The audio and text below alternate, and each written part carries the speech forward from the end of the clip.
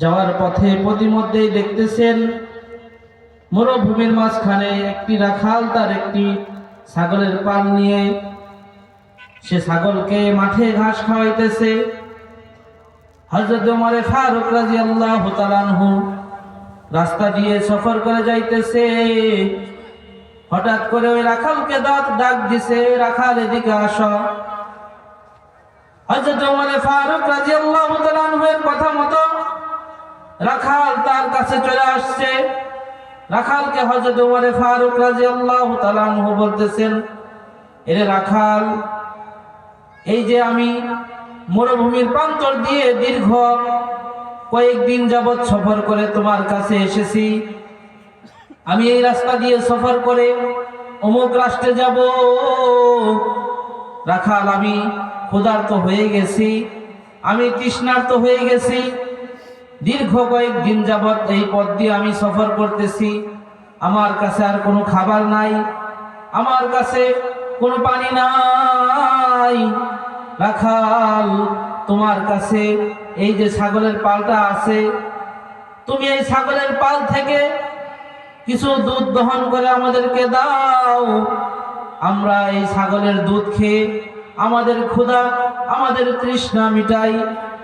রাখাল বলতেছেন যে, ওমর শোনো, এই আমি হলো এই ছাগলের রাখাল। এই ছাগলের মালিক তো আমি নই, এই ছাগলের মালিক তো অন্যজন। আমি তোমাকে এই ছাগল থেকে কোনোভাবেই দুধ দিতে পারবো না। হযরত ওমর ফারুক রাদিয়াল্লাহু তাআলা আনহু খলিফাতুল মুসলিমিন, মুসলমানদের শাসন ক্ষমতার মালিক, সে রাষ্ট্রের প্রেসিডেন্ট। সে মনে মনে ভাবতেছে যে কি রকম আল্লাহর প্রতি ভয় যে একজন মানুষ সে রাষ্ট্রের প্রেসিডেন্টকেও দুধ দিতেছে না। প্রতিমধ্যে হযরত ওমর ফারুক রাদিয়াল্লাহু তাআলা আনহু তাকে তার ঈমান কেমন, তার আল্লাহর প্রতি কেমন ভয়, এইটা যাচাই করার জন্য হযরত ওমর ফারুক রাদিয়াল্লাহু তাআলা আনহু রাখালকে বলতেছেন যে, রাখাল, এই ছাগল থেকে কিছু দুধ দাও, এর বিনিময়ে আমরা তোমাকে কিছু টাকা দেই। তুমিও লাভবান হলে, আমরাও লাভবান হলাম। রাখাল বলতেছেন যে, ওমর, টাকার লোভ দেখিয়ে আমাকে লাভ নাই। এই ছাগলের মালিক তো আমি নই, এই ছাগলের মালিক হলো অন্যজন। সুতরাং এই ছাগল থেকে কোনো প্রকার দুধ আমি আপনাদেরকে দিতে পারবো না। হযরত ওমর ফারুক রাদিয়াল্লাহু তাআলা আনহু টাকা দিতেছেন, তারপরে ওই রাখাল তাকে দুধ দেবে না। আল্লাহর প্রতি কেমন ভয়! মুসলমান ভাইরা আমার, এক পর্যায়ে রাখাল বলতেছেন যে, হযরত ওমর বলতেছেন যে, রাখাল, তুমি এই টাকা নাও, তোমার মালিক তো এই জায়গায় নাই, তোমার মালিক তো বাড়ির মধ্যে আছে। তুমি যদি টাকা নাও, তোমার মালিক দেখবে না, তুমিও লাভবান হতে পারবে, আর আমরাও লাভবান হতে পারবো। রাখাল হযরত ওমরকে বলতেছেন যে, ওমর, হয়তোবা এই ছাগলের মালিক এই জায়গায় নাই, কিন্তু ওই আসমানের মালিক মহান রব্বুল আলামিন তো ঘুমায় না। ওই মহান রব্বুল আলামিন তো সব সময় দেখতে পারেন। ওই মহান রব্বুল আলামিন কি দেখেন না? মহান রব্বুল আলামিন কি দেখে না? অবশ্যই দেখে। আমরা কি করি না করি। সে রাখাল, সে দুর্বল একজন মানুষ, সে গরিব মানুষ, তাকেও টাকার লোভ দেখাইতেছে, কিন্তু সে আল্লাহর ভয়ে সে টাকা গ্রহণ করতেছে না। বলতেছে, রাষ্ট্রের প্রেসিডেন্টকে বলতেছে, ওমর, টাকার লোভ দেখিয়ে আমাকে লাভ নাই। ওই মহান রব্বুল আলামিন আকাশ থেকে দেখতেছেন যে আমি কি করতেছি। আমার সমস্ত কাজ রেকর্ড হইতেছে, আমার সমস্ত কাজ রেকর্ড হইতেছে। এই সব কাজ আল্লাহ পাক রব্বুল আলামিন কাল কিয়ামতের ময়দানে আমার সামনে বের করে দিবেন। মুসলমান ভাইরা আমার, কাল কিয়ামতের ময়দানে, কাল কিয়ামতের ময়দানে 4 প্রকার জিনিস সাক্ষী হিসাবে আমার পক্ষে বিপক্ষে দাঁড়িয়ে যাবে। তার মধ্যে 1 নাম্বার হলো এই জমিন। এই জমিনটা কাল কিয়ামতের ময়দানে আমার পক্ষে এবং বিপক্ষে সাক্ষী দিবে। এই জমিনের উপরে যদি আমি ভালো কাজ করি, এই জমিন আমার পক্ষে ভালো সাক্ষী দিবে। এই জমিনের উপর যদি আমরা খারাপ কাজ করি, এই জমিন আমার বিপক্ষে খারাপ কাজের সাক্ষী দিবে। 2 নম্বরে, এই ফেরেশতাগণ কাল কিয়ামতের ময়দানে আমার পক্ষে এবং বিপক্ষে সাক্ষী দিবে। যদি ভালো কাজ করে থাকি তাহলে সেটার সাক্ষীও ফেরেশতাগণ দিবে, আর যদি খারাপ কাজ করে থাকি সেটার সাক্ষীও ফেরেশতাগণ দিবে। 3 নম্বরে, নিজের শরীরের সমস্ত অঙ্গ প্রত্যঙ্গ কিয়ামতের ময়দানে সাক্ষী হিসেবে দাঁড়িয়ে যাবে যে আল্লাহ, এই হাত দ্বারা সে দান করেছে, এই হাত দ্বারা সে ভালো কাজ করেছে, এটার সাক্ষীও যেমন হবে। আবার যে ব্যক্তি হাত দ্বারা খারাপ কাজ করবে, এই হাত দ্বারা সে খারাপ কিছু করবে, তার সাক্ষীও এই হাত হয়ে যাবে। এই পা কাল কিয়ামতের ময়দানে আপনার পক্ষে বিপক্ষে সাক্ষী হয়ে যাবে যে আল্লাহ, এই পা দিয়ে সে কান্দাপাড়া এই মাহফিলে গিয়ে ভালো কিছু কথা শুনে সে নিজের জীবনে ভালো কিছু অর্জন করেছে, আল্লাহ তাকে আপনি মাফ করে দেন। আবার যারা এই পা দিয়ে হেঁটে হেঁটে গানের মধ্যে যায়, যারা এই পা দিয়ে হেঁটে হেঁটে বিভিন্ন খারাপ কাজের দিকে যায়, পা ওই খারাপ কাজের বিপক্ষে সাক্ষী দিবে যে আল্লাহ, আমি পা আমাকে দ্বারা সে খারাপ কাজে ব্যবহৃত করেছে, এই বান্দাকে তুমি ধরো।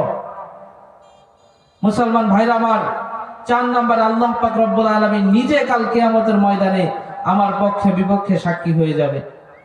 কিন্তু আল্লাহ পাক রব্বুল আলামিন এই 4টা মাধ্যম আমাদের জন্য রেখেছেন যে বান্দা, এই সমাজে যদি একটা মানুষ বিচার করে, যদি যার পক্ষে সাক্ষী বেশি, সে যদি অপরাধীও হয়, সাক্ষী কিন্তু বেশি থাকার কারণে কিন্তু সে সমাজে অনেক বিচারে জিতে যায় না। আল্লাহ পাক রব্বুল আলামিন আমাদের কাল কিয়ামতের ময়দানে যখন বিচার করবে, এই 4 প্রকারের সাক্ষী আমাদের পক্ষে বিপক্ষে থাকবে, যেন কোনোটা থেকে কোনোটা ছুটে না যায়। কাল কিয়ামতের ময়দানে যখন আপনার সামনে আমলনামা দেওয়া হবে, তখন দেখবেন ছোট থেকে ছোট, জাররা থেকে জাররা পরিমাণ কোনো নেকির কাজও ছুটে নাই। কোনো গুনাহ করেছেন সেটা একমাত্র আপনি জানেন, তাছাড়া দুনিয়ার আর কেউ জানে না এমন গুনাহ আপনি করেছেন, সেটাও ওই লিস্টে থেকে বাদ যাবে না। মুসলমান ভাইরা আমার, সেজন্য আল্লাহ পাক রব্বুল আলামিন বলতেছেন যে বান্দা হাক্কা তুকাতিহি, ভয় করার মতো ভয় করো, যেমন তেমন ভয় করলে চলবে না। এইখানে আসি, আল্লাহর কথা শুনতেছি, আল্লাহর ভয়ের কথা শুনতেছি, এখন আল্লাহর প্রতি ভয় হইতেছে, মৃত্যুর প্রতি ভয় হইতেছে।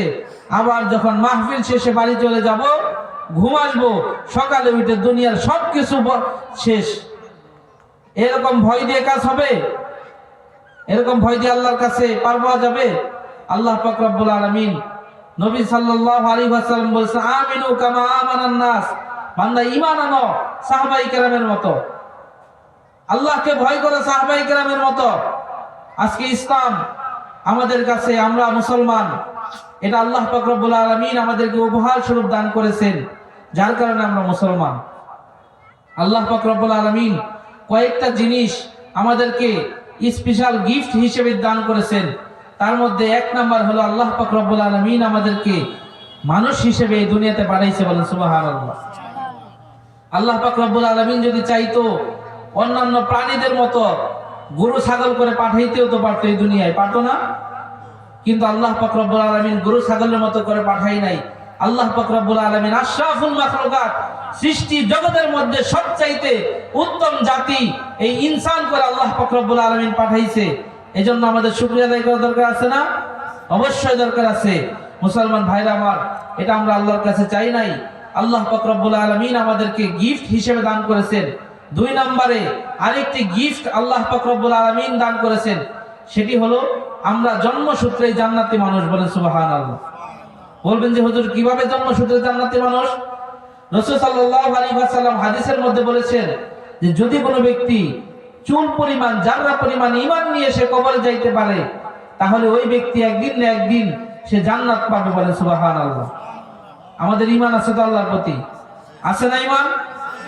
এই ঈমান নিয়ে যদি আমরা কবরে যাই, তাহলে দুনিয়াতে যে সমস্ত গুনাহ করব, এই গুনার শাস্তি আমরা পাবো। কিন্তু একটা সময় আমরা আল্লাহ পাক রব্বুল আলামিন আমাদেরকে ঈমান থাকার কারণে শাস্তি যখন শেষ হয়ে যাবে, তখন জান্নাতে পৌঁছিয়ে দিবেন। দুনিয়াতে যদি আমরা অনেক কিছু করি, আমাদেরকে জেলে দেওয়া হয়, হাইকোর্ট থেকে রায় আসে 10 বছরের জেল, 10 বছরের জেল খাটার পরে সে আবার এই দুনিয়াতে খোলা আকাশের নিচে চলতে পারে না, চলার সুযোগ আছে।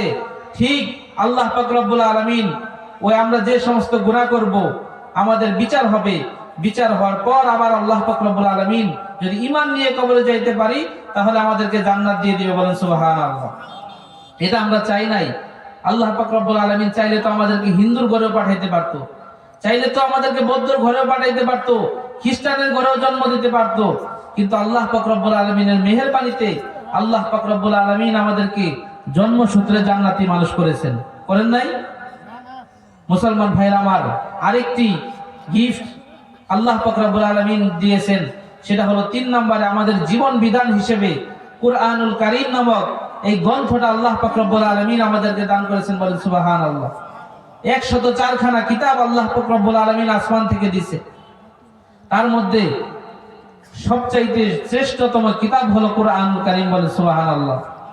4 নম্বরে আরেকটি গিফট দিয়েছেন, সেটা হলো বিশ্বনবী আখেরি নবী হযরত মুহাম্মদ রাসূলুল্লাহ সাল্লাল্লাহু আলাইহি ওয়াসাল্লামের উম্মত হিসেবে এই দুনিয়াতে পাঠাইছে, বলেন সুবহানাল্লাহ।